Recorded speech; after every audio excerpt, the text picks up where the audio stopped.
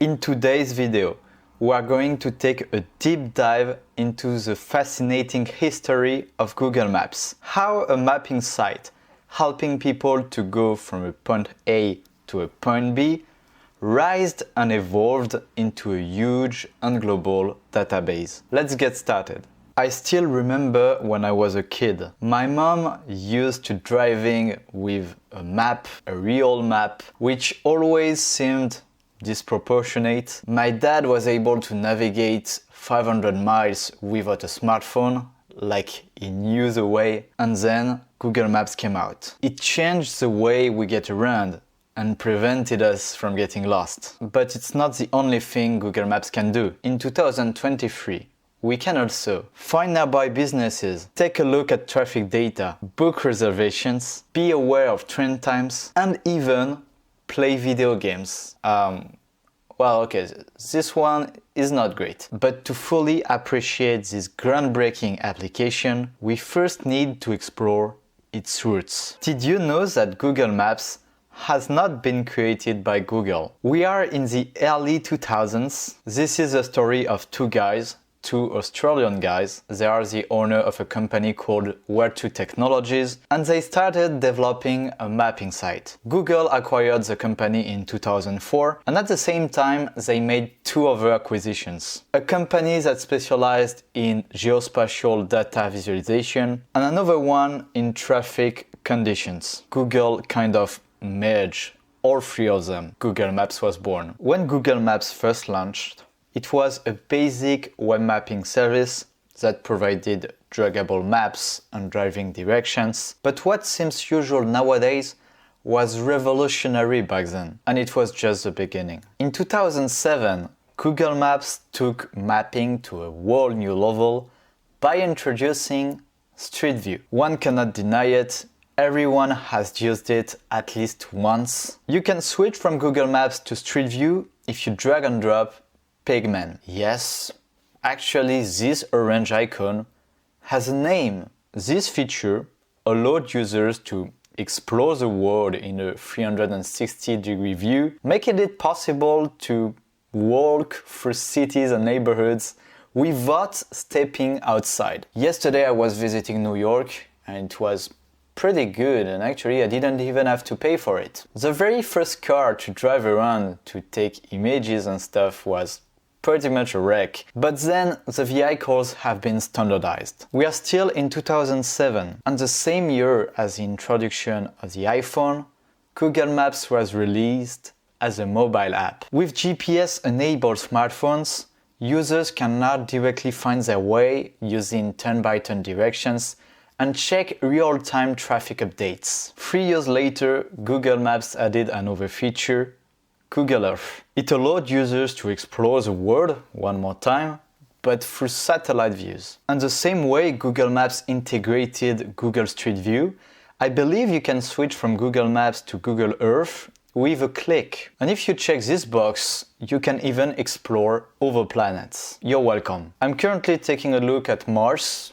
It looks red. As Google Maps continues to evolve, they eventually have to deal with competition. Whereas Apple Maps from Apple is a complete disaster to such an extent that the CEO himself has to make public apologies, another company, Waze, offered a suitable navigation app that wins the hearts and minds of drivers. Waze is pretty much like a social network for drivers. They can share real-time data.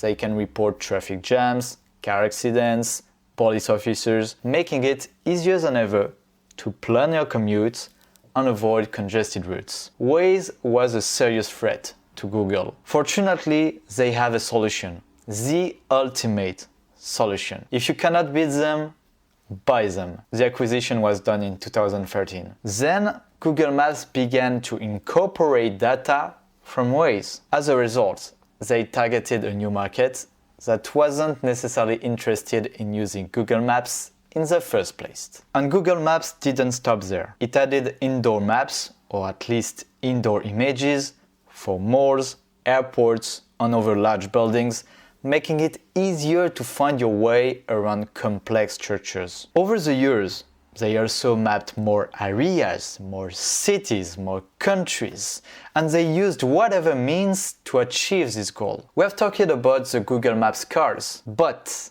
depending on the environment, they rely on other means, by bike, by foot, even using camels and sheep.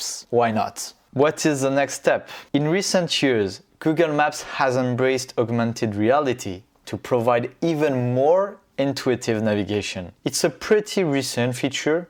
I don't know if I'm the only one, but I wasn't aware of it. Thanks to what we call Live View, you can now see arrows and directions overlaid on your camera view, making it impossible to take a wrong path. But Google Maps isn't just a powerful navigation tool.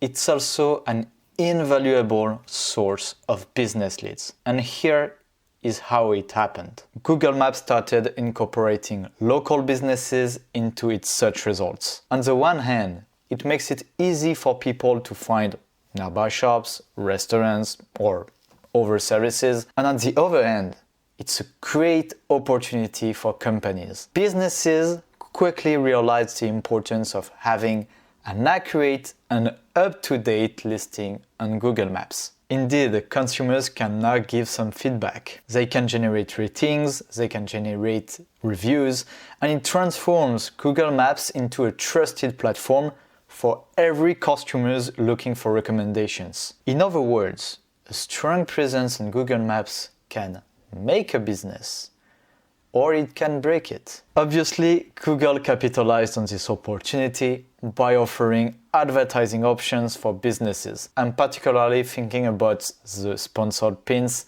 and the location-based ads. To sum up, Google Maps is not only a tool, it's also a cash machine. Google Maps, it's over 200 million businesses listed in 200 plus countries. These numbers are constantly changing as new businesses are added or removed from the platform. Google Maps is a perfect platform if you want to target small and medium businesses. You can target restaurants, contractors, architects, and that's only a few items from a pretty long list. Actually, there are more than 4,000 categories listed on Google Maps. So if you want to get an overview, if you want to get the full list, we'll let you a link in the description. With Google Maps, you have an opportunity to get all these leads. You can retrieve the name of companies, their phone number, their address, their website. And that's not all, because you can also get their email address and their social media. What will happen if you are able to get up to tens of thousands of these leads? That's the reason why, in order to automate this job, we created Scrap.io. I invite you to click on the link in the description, or you can simply type Scrap.io in your search bar. And we promise you we can get unlimited leads from Google Maps, which sounds too good to be true. Fortunately, you have access to a demo below. And it's going to show you how easy you can collect your data from Google Maps. You pick up an activity, meaning a category. So let's choose restaurant for the sake of the example, and you can choose a city. In my case, I'm located in France, so I have only access to the cities in France, but of course you can choose whatever cities in whatever countries once you have created your account. I'm gonna choose Paris. I click on search, and the demo told me that there are around 10,000 leads, but of course that's only a demo. We don't have access to all the data, to all the fields. To get a comprehensive set of data, I first need to click on login and to create an account if it's not already done. So I click on sign up now, and then I have access to my dashboard. And this is a place where we're gonna choose and export our data. I stated that you can choose a category based on a city. That's not totally true. You can do more than that. Let's say we are looking for restaurants. I can select a city if I want to, but I can also select a level 2 division if I need a broader area. For instance, I can choose a county if I'm located in the United States. Or I can choose a state or I can simply choose an entire country. And the good thing is that we do not lack of countries. I can click on search and I will have an overview of what I can get. If the number of results exceeds 10,000 data rows, it simply return 10,000 plus. However, one more time, it's only an insight. We don't have access to all the columns. What remains to do is to filter your search, so you can choose closed or open restaurants, restaurants with a website, with phone numbers, with an email, with social medias, perhaps, and which ones? Facebook, Instagram, YouTube, Twitter, LinkedIn, or maybe you are looking for something a bit more specific. For instance, for cheap restaurants, or maybe the most expensive ones, restaurants with a good or a bad rating, restaurants which are more or less popular, or restaurants which pay attention to their brand image. It's better if we do not underestimate the contact form on a website, because unlike sending an email, if you send a message through a contact form, you are pretty sure your message will be sent and will be received, which is not necessarily the case if you send an email. You filter your results and you click on filter. To export your data, you click on export. Then, if you click on advanced options, you can have a look on all the columns you can get. There are 70 columns. You can give a name to your export and you click on export. You will find all the exports you have done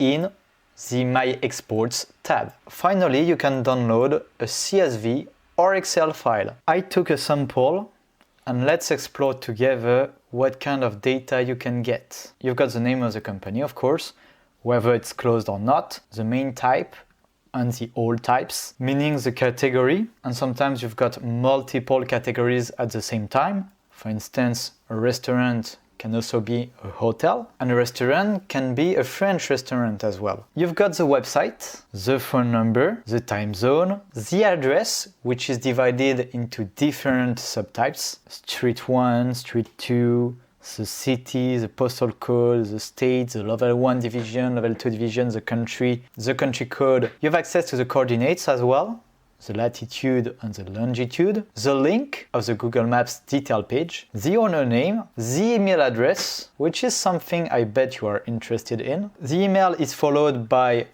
the social media links, Facebook, YouTube, Twitter, LinkedIn and Instagram, the price range, the number of reviews, the rating per score. For instance, we can see that 200 people mentioned they had an excellent experience within the restaurant, the number of pictures, the URLs of some pictures, the occupancy, which is related to this part, to this graph, whether the business has been claimed on Google Maps or not, the working hours, the opening hours, the characteristics, which is related to this part. And then you've got another color, a kind of orange color, meaning we have now access to fields related to SEO. We take a look at the website, if there is any, and we analyze it. We've got the title, the meta keywords, the meta description, the meta image, the website meta generator, meaning the kind of software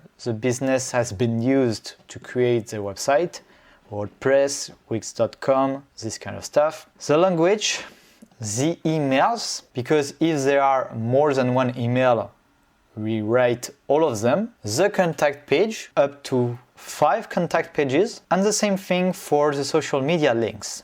Facebook, YouTube, and so on. We have access to a bit more details about the website technologies. For instance, this company has been used WordPress to create their website, and they use Yoast SEO as a plugin, and they might have been used Elementor to create their web pages. We end up with the website ad pixels. This is the end of the video. I hope you have enjoyed it. If you want to collect leads from Google Maps, you can go to scrap.io. The link remains in the description. And if you have any questions or if you want to share your thoughts, you can let us know in the comments or you can directly contact our customer support. See you next time.